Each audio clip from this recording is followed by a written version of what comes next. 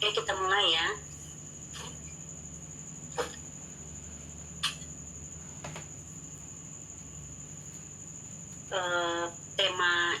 Tema skenario coaching hari ini tentang implementasi kompetensi sosial dan emosional dengan budaya positif. Prolognya, pemerannya saya sebagai coaching, Rani Nainggolan, dan pemeran coachingnya adalah Pak Febri Aldi Sinaga. Prolog dari skenario coaching ini adalah di mana Bapak Febri Aldi melakukan hukuman kepada murid secara berlebihan sehingga dipanggil oleh kepala sekolah ke ruangannya. Oke. Halo Pak Febri. Ya Bu. Bagaimana kabarnya hari ini? Bolehkah kita berbincang-bincang sebentar di ruangan saya, Pak? Tentu boleh Bu. Oke Pak Febri, saya tunggu ya. Baik Bu. Setelah jam off Bapak ada. Baik Bu, segera nanti datang ya Bu. Permisi Bu, boleh saya masuk? Oh, silakan Pak Febri, silakan masuk, silakan duduk di mana rasa Pak Febri nyaman. Baik Ibu, terima kasih. Kalau boleh tahu Bu, kira-kira apa gerangan Ibu memanggil saya ke ruangan ini ya Bu?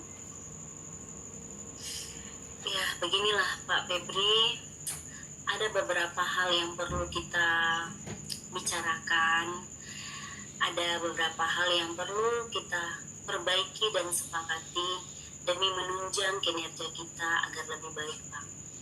Tanpa harus ada merugikan beberapa pihak seperti murid, orang tua, maupun guru atau warga di sekolah ini, Pak.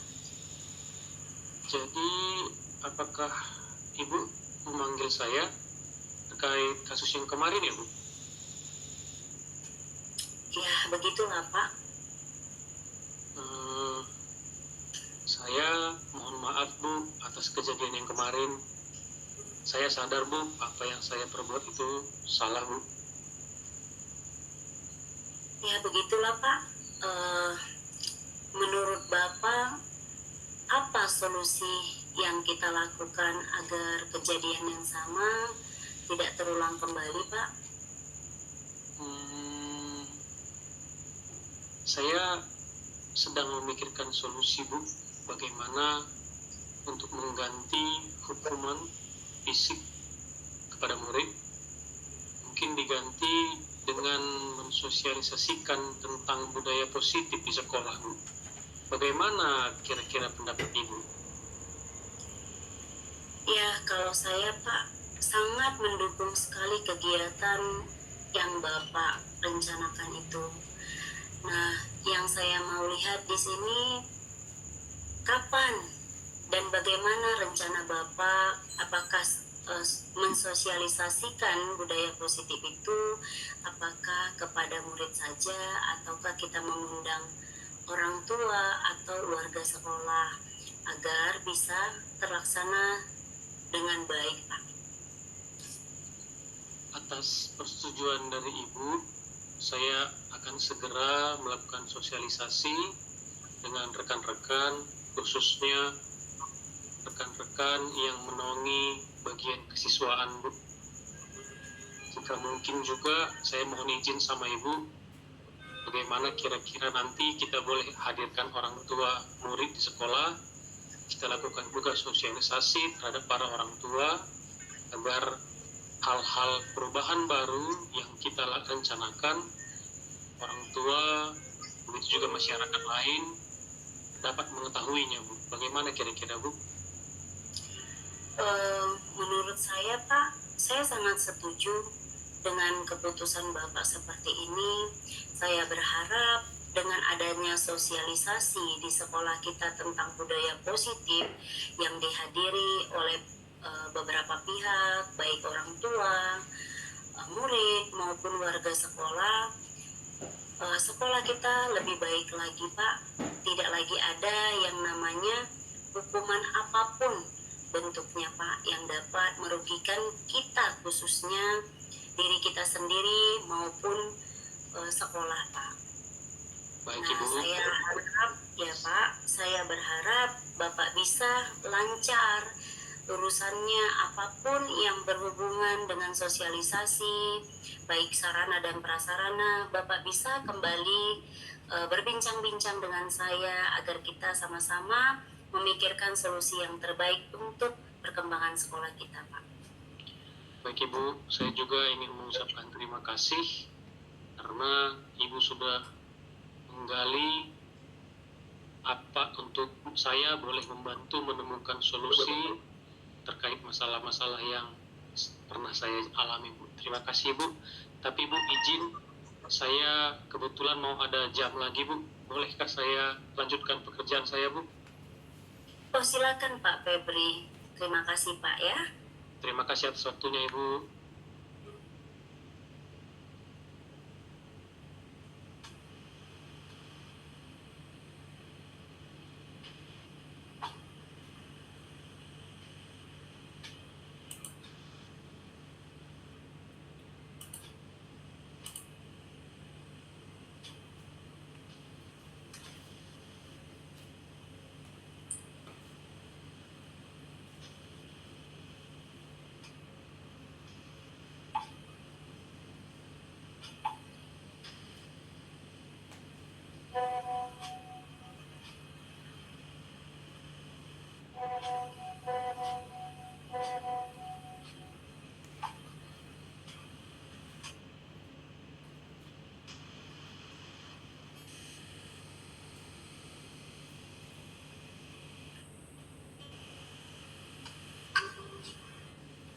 Kita mulai saja, Bu.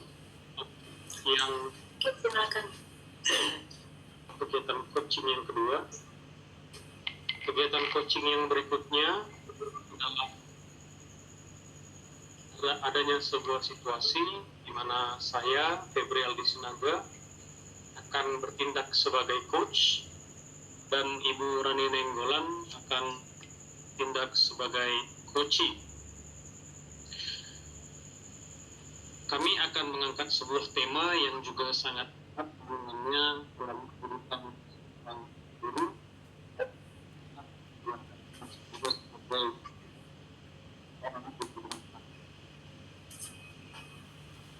Pada jam istirahat, Pak Febri Aldi melihat Ibu Rani sedang duduk termenung sendirian di bawah pohon mangga di lingkungan sekolah.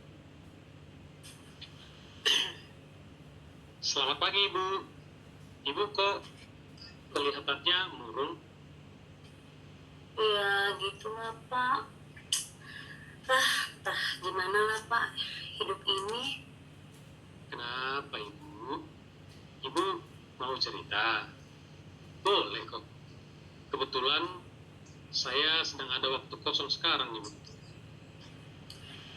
Kebetulan sekali juga Pak, saya lagi jam kosong. Daripada saya termenung Pak, mungkin saya bisa bercerita kepada Bapak. Ya, Gini Pak, saya kebingungan. Gimana cara saya bagi waktu Pak, sebagai istri, guru di sekolah. Ya terkadang Pak, saya nggak tahu lah Pak memikirkannya bagaimana untuk membagi waktu ini Pak. Itu aja yang selalu menjadi kendala saya di dalam kehidupan saya sehari-hari ini Pak. Oke. Bapak tahu nggak? Setiap hari Pak, inilah yang jadi istri Pak. Harus bangun pagi, membereskan rumah, belum lagi sudah dibereskan, ada aja kerjaan Pak. Ya saya berharap kan Pak, gimana lah bisa saya membagi waktu, membereskan rumah bisa, biar bisa saya nggak telat di sekolah. Tapi telat juga lah Pak. Itu ya, Bu ya. Iya Pak, sampai kadang kan Pak saya berpikir, gimana lah caranya, bisa nggak badan ini dibagi dua Pak, biar bisa ngurus rumah, ngurus suami, anak, kemudian bisa juga di sekolah Pak, sama-sama beres lah ya kan Pak. Itulah yang selalu jadi polemik saya setiap hari Pak, makanya saya selalu datang terlambat. Pantas raut wajah ibu nampak terlihat sangat lesu hari ini ya. Baik ibu, memang menurut saya sebagai seorang ibu rumah tangga sekaligus juga sebagai guru, ibu menjalankan dua peran sekaligus secara luar biasa. Tetapi ibu justru kesulitan dalam membagi waktunya, benar bu? Iya Pak.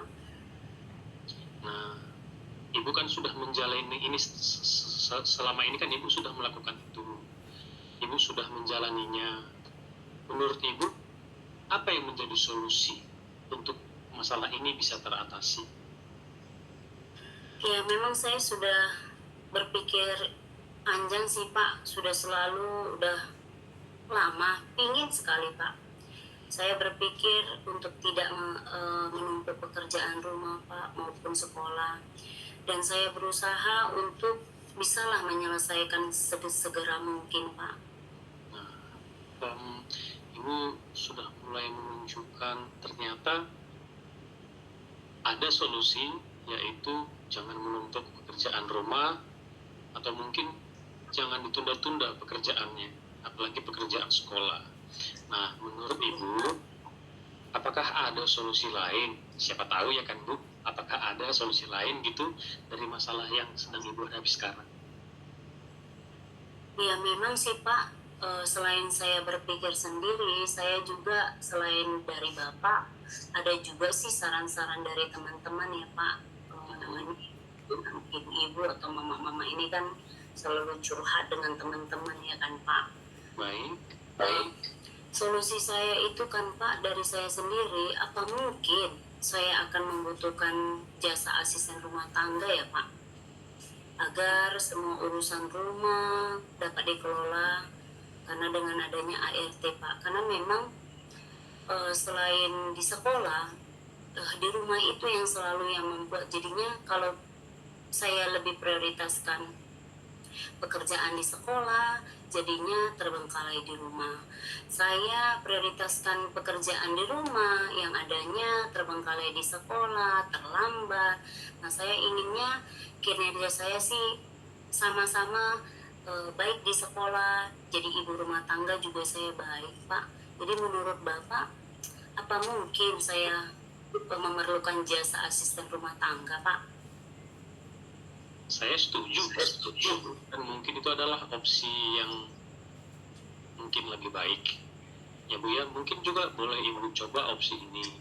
Nah, menurut ibu kira-kira kapan ide ini bisa ibu mulai lakukan? Mungkin mulai datang ke tempat-tempat yang menyediakan jasa ART, atau bagaimana bu kira-kira prosesnya?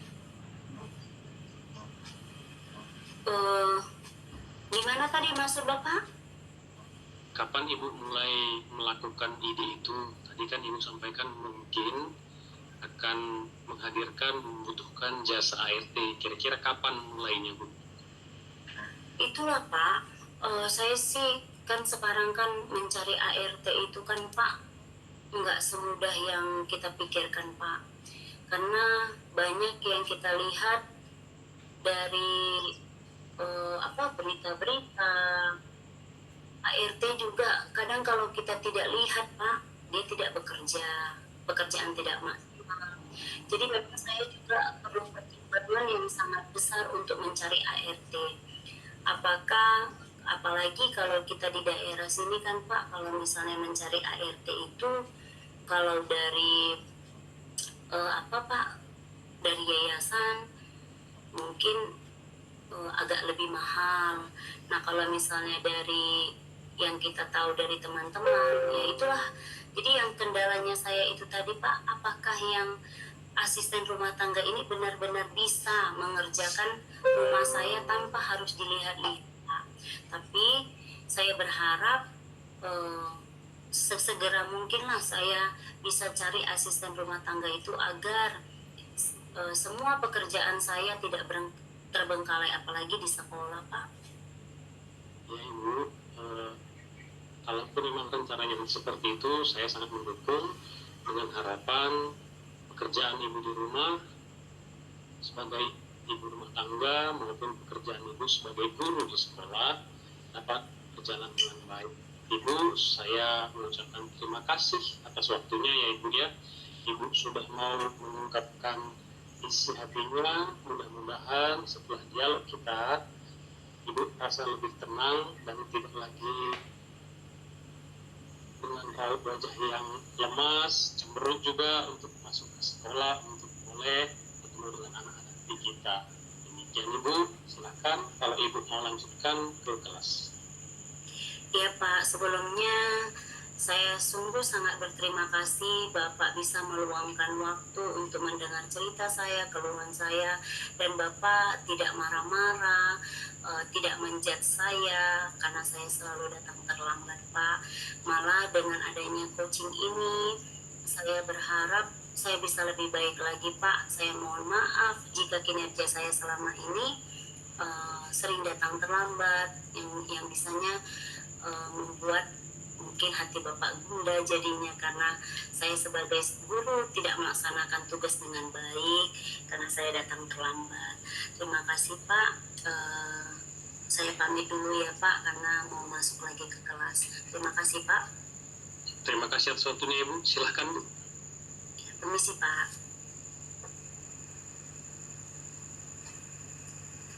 Sudah nampak sangat jelas Bapak.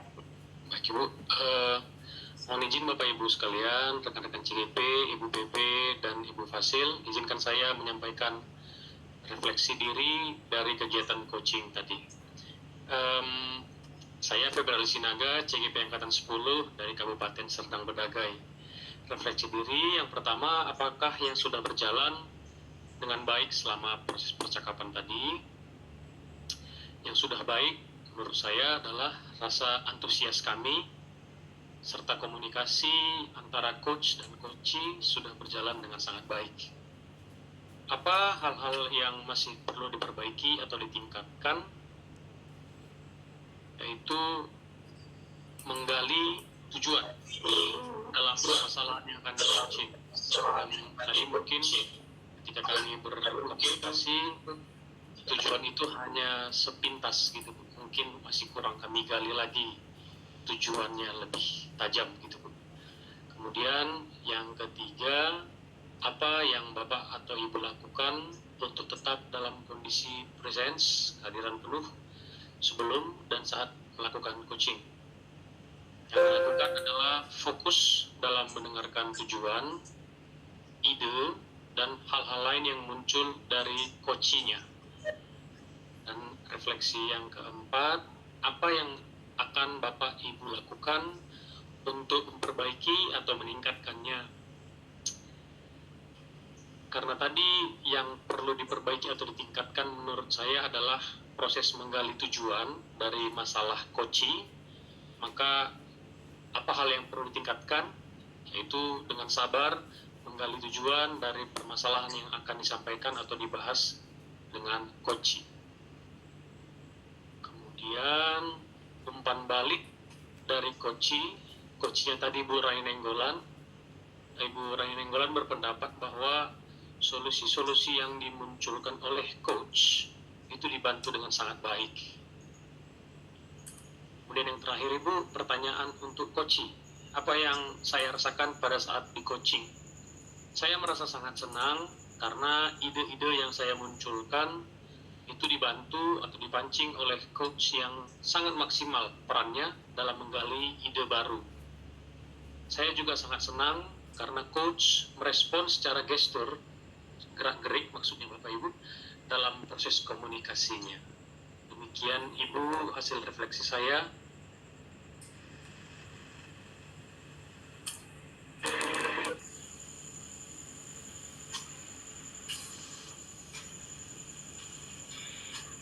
baiklah. Ini refleksi diri dari latihan coaching yang sudah saya refleksi diri dari saya. Yang pertama, apa yang sudah berjalan dengan baik selama percakapan? Yang pertama adalah komunikasi. Kemudian coach dapat mengembangkan kompetensi dirinya dengan memikirkan dan memperoleh solusi atas masalah yang dihadapinya lebih matang. Yang kedua, apa yang masih perlu diperbaiki atau ditingkatkan? Skenario coaching sesuai dengan alur titah. Yang ketiga, apa yang Bapak Ibu lakukan untuk tetap dalam kondisi presence, kehadiran penuh sebelum dan saat melakukan coaching? Yang pertama yaitu adalah fokus mendengarkan coach berbicara tentang masalah yang dihadapinya. Kemudian yang terakhir, apa yang akan Bapak atau Ibu lakukan untuk memperbaiki atau meningkatkannya, yaitu suasana pada coaching agar lebih nyaman dan tidak menegangkan sehingga kegiatan coaching berjalan dengan baik. Kemudian tuliskan hasil refleksi Anda. Saya senang melakukan coaching dengan Pak Febri Aldi. Suasana yang nyaman dalam berkomunikasi. Selama ini, saya beranggapan bahwa perbincangan tentang suatu permasalahan seseorang hanyalah sebagai seorang yang memberikan solusi atas masalahnya. Tetapi, setelah belajar tentang coaching ini, ternyata sebagai seorang pendengar bukan memberikan solusi, tetapi mengajak coach untuk mencari solusi atas permasalahannya sendiri. Dan yang terakhir, tuliskan umpan balik dari coach Anda. Apa yang Anda rasakan pada saat coaching? Nah, coach saya di sini adalah Pak Febri Aldi. Saya merasa senang coaching dengan Pak Febri Aldi dan saya merasa dapat berpikir lebih kritis untuk dapat mengembangkan kompetensi diri saya dalam mencari solusi serta ide-ide yang lebih baik. Terima kasih Ibu, itu refleksi dari diri saya.